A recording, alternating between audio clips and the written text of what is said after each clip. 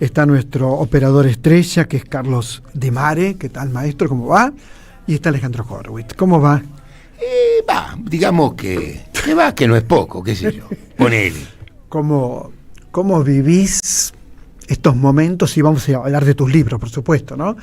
Pero antes de hablar de tus libros, ¿cómo soportás lo que estamos soportando?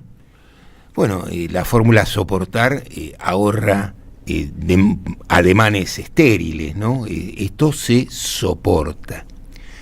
Y es una actividad intensamente desagradable, es una situación fuertemente exigente, porque uno puede hacer la propuesta del ombliguismo absoluto, es que solo importa lo que me sucede a mí, y si a mí no me va mal, ¿por qué tengo que preocuparme de otra cosa? En última instancia, esa es la propuesta mayoritaria en la sociedad argentina, pero a mí no me calza, ¿no? Entonces, que a mí me vaya más o menos razonablemente no supone que deje de mirar el rango de descomposición política, la pobreza generalizada de la sociedad argentina. Y cuando me refiero a la pobreza, no me refiero tan solo a la pobreza material. Hace mucho tiempo que esta clase dirigente es simplemente un conjunto de tartufos que son impresentables. Y no es una característica exclusivamente argentina, porque cuando vos mirás los Estados Unidos y mirás un mamerto como ese, parado, haciendo y deshaciendo como si fuera Alberto Fernández, en fin, no es poca cosa. Un tipo que dice una cosa, la levanta, dice lo mismo, lo vuelve a levantar, y lo hace al cuarto día de que se le derrumban las bolsas del mundo, porque la sociedad norteamericana es una sociedad muy curiosa. Vos fijate, tu garantía de que cobras la jubilación es un fondo de pensión, y el fondo de pensión, que no solo es privado, es un fondo que está en la bolsa, y cuando la bolsa cae, tu garantía de sobrevida cae. Las universidades tienen una parte importante, las privadas sobre todo, en fondos de pensión, que son el reaseguro de sus posibilidades materiales. Cuando eso se derrumban las universidades también. Y así tenés una enorme cola de la cual no son solamente las empresas, porque conviene entender, los fondos de lo que estamos hablando son papelitos.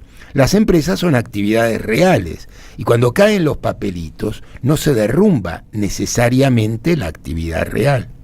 Entonces vos tenés un mundo francamente en estado catatónico.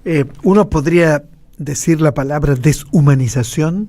Sí, claro, sin ninguna duda, porque si algo ha perdido centralidad, si algo ha dejado de registrarse, es que le pasa al otro.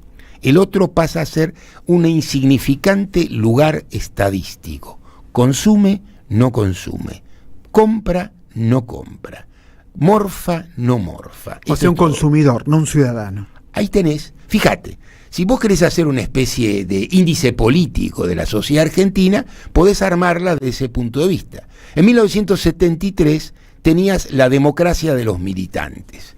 Cuando Perón llega a Ezeiza el 20 de junio, había más de 2 millones de gente recibiéndolo. Habían recibido el doctor Cámpora 6 millones de votantes, de modo que 1 de cada 3 estaba allí movilizado. En 1983, el doctor Alfonsín logra una movilización significativa, pero es de otro tipo. Es la democracia de los ciudadanos. Los ciudadanos pueden peticionar, les pueden contestar que sí, que no, otra cosa. Y después tuviste a Carlitos Saúl Menem, que inventó la democracia de los consumidores. Esto es, el voto cuota, yo vivo porque estoy a 660 pesos dólares de Miami, en fin, deme dos, las distintas truanerías que hicieron de la sociedad argentina, porque la cosa de verdad, la cosa en caída libre viene desde el 75, pero el que remachó esto en serio fue Menem. Fíjate, cuando vos mirás el núcleo duro de los votantes de Milei, ¿qué ves? Menores de 35 años. Entre 1990 y hoy pasaron 35 años. La reforma educativa de Menem, desfinanciar la educación pública. La calidad del debate político depende del piso educativo. Yo hundo el piso educativo, se acabó el debate político. Cosa que ocurre ahora. Tal cual. Pensaba en tus libros, ¿no? Porque es bueno también hablar de alguien que en este momento, por ejemplo, desde años ya, escribe sobre la Revolución Rusa.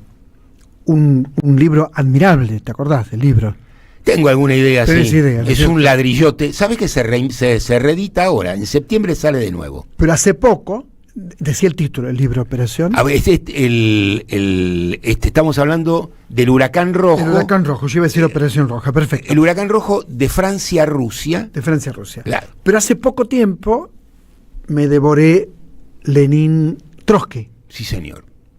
¿Por qué esta mirada en este momento, en esta época? Por ejemplo, traer dos personajes tan particulares, ¿no? Como Lenin y Trotsky. Claro, uno puede pensar que se trata de un señor que se ocupa de arqueología antigua y en no lugar, es el caso, claro, no es el pero, caso. Claro, pero uno podría con todo hecho decir, bueno, en lugar de escribir sobre la tumba de Tutankamón, este pibe escribe sobre la Revolución Rusa, que es algo tan distante como la tumba de este viejo señor.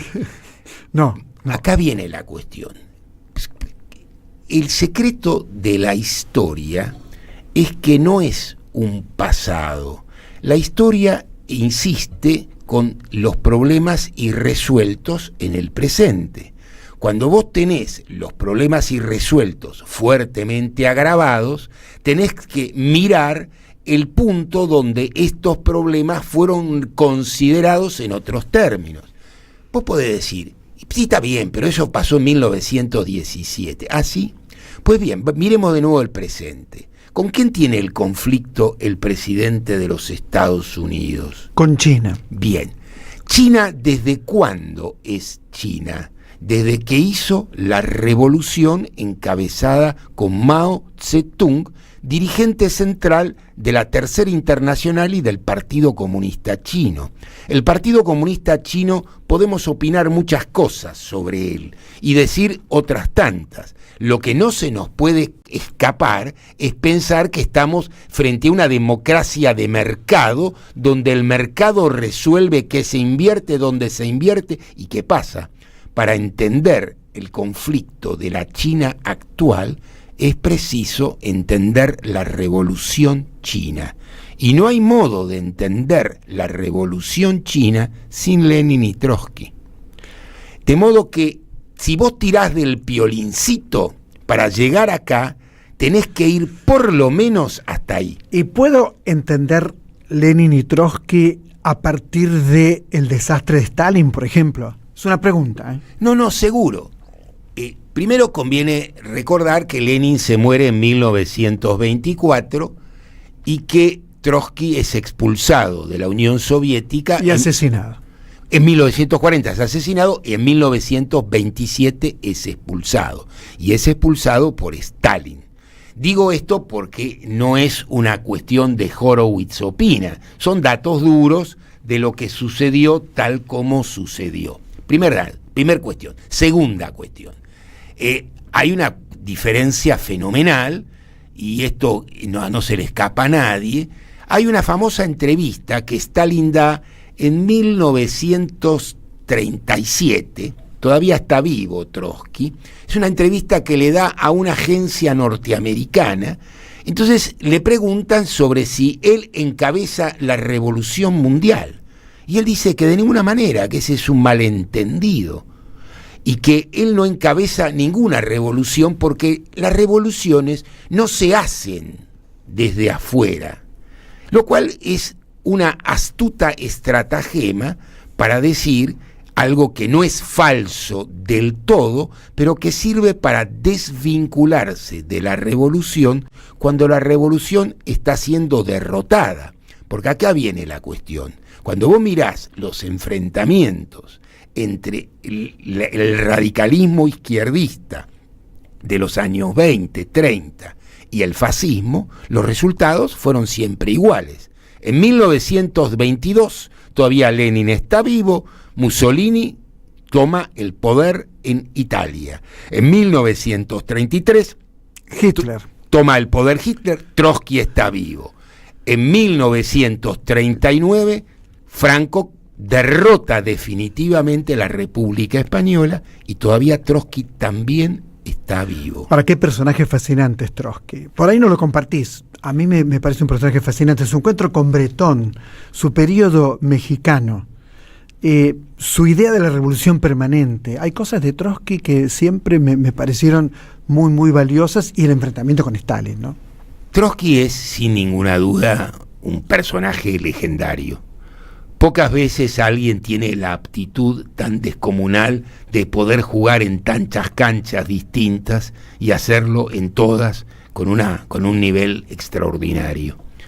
Conviene entender que Trotsky, que es el jefe del Ejército Rojo y el constructor del Ejército Rojo, antes de esto carecía de toda experiencia militar. No estás hablando de alguien que tenía la formación de un oficial de Estado Mayor que simplemente se pasa a la revolución desde su conocimiento. No. Trotsky podía trabajar al mismo tiempo en la crítica literaria y hacer una crítica literaria significativa que le permitía compartir con Bretón diálogos alucinantes, o con Malraux. Malraux le hace algunas preguntas en México a Trotsky magníficas. Le pregunta por la muerte. Le pregunta por la muerte a un hombre que enfrenta la muerte todos los días. Todo el tiempo. Y además que ya perdió 2 hijos en función que de los mató Stalin. Que los mató Stalin, directa o indirectamente. 3 en realidad. A uno lo asesinó en París, a otro lo asesinó en la Rusia soviética, y a una hija de Trotsky la asesinó indirectamente en términos de una depresión descomunal de la que no pudo salir. Claro. Pensaba, porque no te puedo dejar ir sin la palabra peronismo, porque vos sos el autor de aquel libro de 1985 famoso, que son los 4 peronismos, ¿no es cierto? Ahora habría 17 peronismos, es una broma, ¿no? Pero digo... No, solamente hay 4. Y fíjate que... Sigue habiendo 4. Sí, sigue habiendo 4 y sí. A ver, cuando vos ves a Milei, no ves simplemente a un sujeto de poca monta ubicado en un cargo importante. No. Milei es el retrato de la casta política como su anverso. Milei la pone a toda la casta política en valor. Y cuando veas a Milei entendés hasta qué punto el resto se tiene que comer esa galletita. Cuando vos mirás, por ejemplo, las elecciones en la capital federal y ves cada una de las fuerzas políticas rotas inexplicable o explicablemente como parte de un fenómeno de descomposición descomunal. No estamos hablando de la descomposición solo del peronismo. Estamos hablando de la descomposición de un orden completo. Acordate, Alfonsín nos decía, con la democracia se come, con la democracia se educa, no se come, no se educa, la democracia se transforma en una palabra vacía. Entonces Milei no tiene grandes inconvenientes en decir, ¿cuál es la importancia de la democracia? Y un tipo que tiene 35 años y está donde está, ¿por qué va a amar la democracia? En el mundo en este momento hay más países autocráticos que democracias. Se publicó leí en el diario El País. Sin duda, pero si vos te pones a hacer algunas cuentas sobre cómo son las democracias ya aceptadas como tales, tenés algunas complicaciones. Vos fijate, en los Estados Unidos vos podés tener la mayoría de votos y no ser el presidente. Bueno, ocurrió. Varias veces. Varias veces, con Hillary Clinton, por ejemplo. Primera cuestión. Segunda cuestión. En los Estados Unidos, si vos no tenés millones de dólares, no convertís en ninguna interna. No, ahí Elon Musk puso sus pesos para que gane Trump. Por ejemplo. Aparte de que Trump puso los suyos y los va a recuperar, no te preocupes. Sigue siendo, no es una mala inversión. Sí, sí. No conozco muchos dirigentes políticos que hayan apostado a ganador y ganado y hayan perdido plata, ¿sabes? Pero, y así podríamos continuar. Si vos mirás, nadie duda de que Gran Bretaña es una democracia. Ahora, una monarquía hereditaria. Esto es, alguien que está por encima de la ley, alguien al que la ley no lo incluye. Esto lo intenta Trump y lo intenta Milei. Por supuesto. Pero sobre todo Trump en el sentido de que va contra la Constitución de los Estados Unidos, que es algo casi sagrado en Estados Unidos. Sí, pero vos fijate hasta qué punto él puede burlarse de la Constitución. Para echar a miles de migrantes, acude a una ley de 1798. Es decir, es como si yo agarrara una ley del Paleolítico para justificar la temperatura ambiente de la ciudad de Buenos Aires. ¿Se entiende? Ahora, una pregunta te hago. ¿Él no sabe que China le va a ganar? Él hace esto porque China ya le ganó. A ver. Claro. Él busca la reelección que va contra la Constitución. Vamos por partes. La primera cuestión es, ¿cuál es el problema que enfrenta los Estados Unidos? Porque una de las características del periodismo que se practica hoy es que no informa. Los Estados Unidos están al borde de la cesación de pagos. ¿Qué quiere decir? Que la deuda pública norteamericana, los intereses de la deuda pública, no hay cómo pagarlos. El serrucho que están utilizando no es la eficiencia, es simplemente el intento imbécil de reducir el gasto por la variante más brutal y cínica. Pero esa variante no alcanza. Cuando ellos tienen que ponerle aranceles a China, lo que están diciendo es que no pueden competir con China, porque China produce mejor, más barato y con mucha mayor eficiencia. Este es el asunto. China tiene la delantera, la tiene hace un rato, y ahora la última cosa fue la inteligencia artificial. Que por mucho menos dinero ofrecieron un plan. Y aparte tiene varias cuestiones más. Primero, es de acceso libre, pero claro, conviene entender que la generosidad china no es tan generosa. Es de acceso libre el programa, pero los instrumentos que vos necesitás para poder aplicar ese programa los fabrica China y se los vas a tener que comprar. Maestro, ¿qué libro leemos? Lenin y Trotsky y los dragones de Marx, el kirchnerismo desarmado, las dictaduras argentinas, ¿cuál te parece? Los 4 peronismos. ¿Vos sabés que los 4 peronismos vende todos los años más de 1000 ejemplares? ¿En serio? Uh-huh. O sea, es un long seller. Sí, es lo que se llama un long seller. Impresionante eso. Yo me impresiono francamente. Y se reedita continuamente. El Huracán Rojo. Sí, Edasa reedita el Huracán Rojo, sale la edición en septiembre. Y estoy escribiendo, como siempre. Maestro, un gusto enorme, como siempre, hablar con vos. Un gusto venir a verte a vos. Nuestra línea de oyentes, 11 3200 0530. 11 3200 0530. Ustedes lo escucharon, era Alejandro Horowitz.